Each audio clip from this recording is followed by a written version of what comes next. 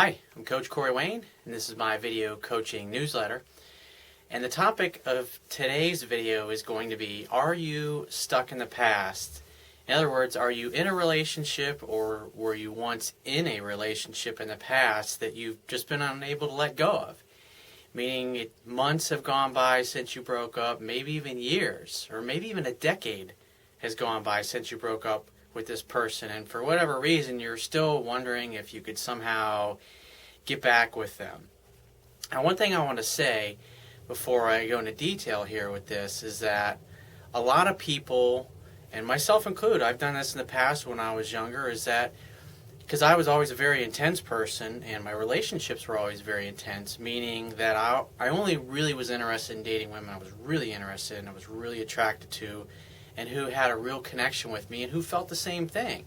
It's my problem, if you've read my book, that I used to have when I was younger, is that when I would meet these women I was really into and we'd have this magical connection, I'd get 2 or 3 dates and I'd be gone. She'd blow me off because I would do something stupid or act really weak. And so another thing that people do, or what causes you to do, is when you stay stuck in the past or stuck on an old relationship, either hoping that you can rekindle something or learn something or become better, it's basically a way to bullshit yourself and keep you out of a new relationship or having to look for a new one. Because deep down we have fear. And if you read my book, what I talked about, what caused me to marry my first wife and stay in the relationship, was I was just scared that I was never going to find anybody better or somebody better suited for me. Even though I loved her, she was an awesome girl, but I wasn't in love with her. And it just wasn't there. And it took me growing up and basically growing a set of balls and becoming a man and deciding to get out of the relationship and making a commitment to myself that I would never do something like that again. And so I've got a guy that's, obviously if you're watching this video on my website, he's written a letter it's almost like a small ebook. It's like 2 or 3 pages long, but he goes into detail. This guy goes back over a decade, back to 1998, and here we are. This is middle of 2011, so we're, 13 years, and he's still in contact with this woman, hoping to rekindle something. And what's interesting is reading through his email, one of the things that this guy is doing wrong and has done is that he's constantly buying this woman gifts and candy and flowers. And when you do that with a woman, when you're constantly buying her things, when you screw up, you're basically trying to bribe her. You're trying to bribe her into liking you. You're trying to bribe her into forgetting what you did wrong in the past. And that's just simply not going to work with a woman. Because what she wants to know is that if you've done something or you've screwed up, she wants you to, number one, acknowledge how you hurt her, why what you did hurt her, and what you're going to do to turn it around.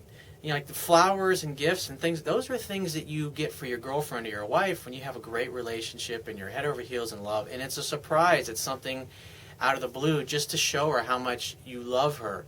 It's a token of your love and your appreciation. But when you're constantly doing it, every time you do something wrong, it's basically, hey, I know I screwed up, but hey, can I buy my way out of this with a box of candy or a set of flowers? It's not going to work. It's not going to cause a woman to, I know it's romantic, they show it in the movies all the time, like, hey, you send her a bouquet of flowers, and it's like, oh, you sent me flowers, oh my God, I'm going to fall in love and marry this guy and have all 100 kids with him. I mean, it's absurd to think things this way. And so it's interesting, like in the first part of his email, he says, I know what you're going to say. So it's like, why'd you bother to ask? And what's interesting in my life coaching business, when I talk to somebody, we all know deep down what our problems are. But, it's like, well, I ask somebody, well, why do you think that is? Why do you think that happened? They'll go, oh, I don't know. It's not that they don't know. It's that there's an emotional charge around what happened, and they would really just rather avoid it and brush it under the rug and hope that I don't notice it. But the bottom line is you got to deal with it. And in a relationship, I mean, like I've talked about in my book, every relationship, 2 people either grow together or they grow apart. And you should look at each relationship as an opportunity to grow and become more. And if you screw things up, instead of going back and trying to rekindle something when there's so much salt and lemon has been poured into the wound over the years and you've constantly screwed things up, it's very hard to undo that programming. It's a lot easier just to start fresh with somebody new. And so I would say, looking at your letter here, is that you're bullshitting yourself.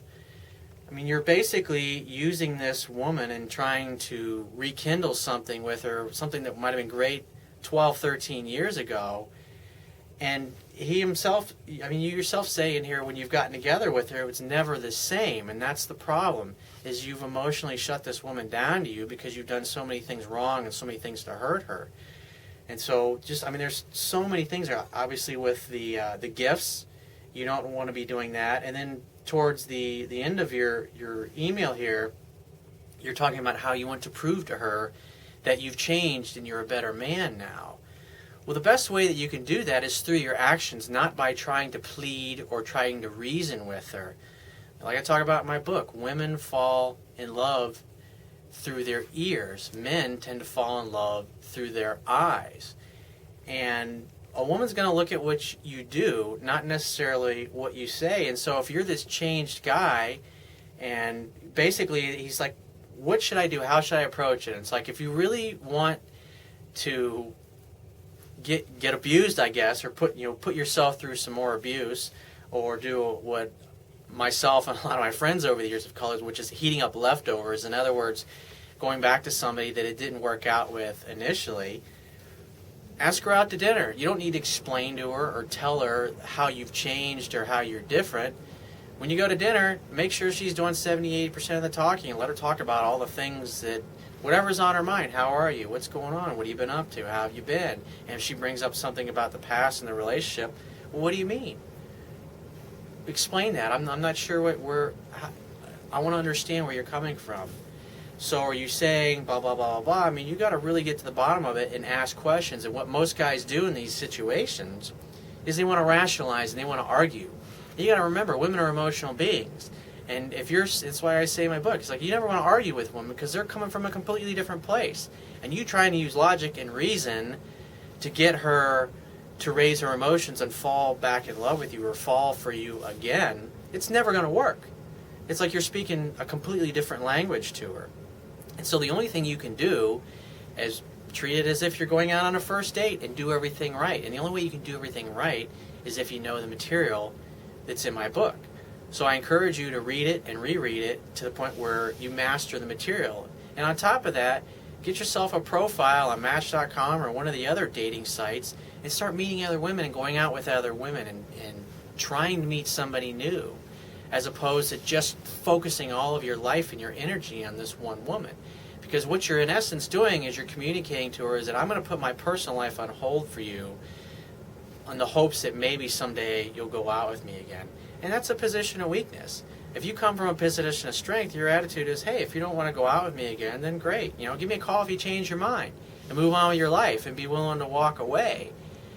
But like I said, it's when you're trying to get back together with somebody that it's already kind of died out and you've ruined everything.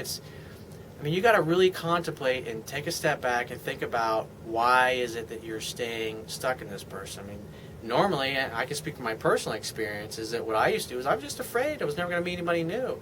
Because sometimes it takes months, days, weeks, and years to do the work on yourself that you need to do in order to grow into a better man. And so my suggestion for you is, instead of trying to jump into a relationship with this old woman, maybe she'll go out with you. Great. You got to learn the material and you got to start applying it. You got to work on yourself. Because I can tell the type of guy that you are right now, you're not good relationship material. There's a lot of things that you don't know. You don't understand women. And I'm not sitting here saying I'm better than you, because there was a point in my life where everything that you said here, I used to do just as many stupid things in my own life. But what you want to do is you got to learn the material. You got to learn the material and you got to start applying it. And you got to start doing the work on yourself to become a better man, become focused on your career, your purpose in life, have some goals, some dreams, some things that you're working to create. Have some things that you're excited about. Because what you're doing is that you're basically hoping that this woman is what's going to make you happy in your life. And if anybody in any relationship thinks that being with a certain person, or if you're single, if I get a relationship finally, then I'm going to finally be happy, you're bullshitting yourself. You're deluding yourself. You got to find a way to be happy yourself on your own, being single, before you get to a place where you're really ready to be in a relationship. So if you find these messages of value, you can go to the bottom of the page, or there's a PayPal donate button. Just throw me $1 or $5 or $30, $50, whatever it is. Anytime you feel I've added any significant value to your life, or a nugget of knowledge, or something that really helps you or changes the way you look at things. At the very least, share this webpage with all of your friends and family. There's Facebook share buttons, Twitter, LinkedIn. You can share it on all your social networks. If you got a question that you'd like for me to consider to answer in one of these future video newsletters, there's a Facebook comments down at the bottom, or you can send me an email. That address is also on the screen. And I'll talk to you soon.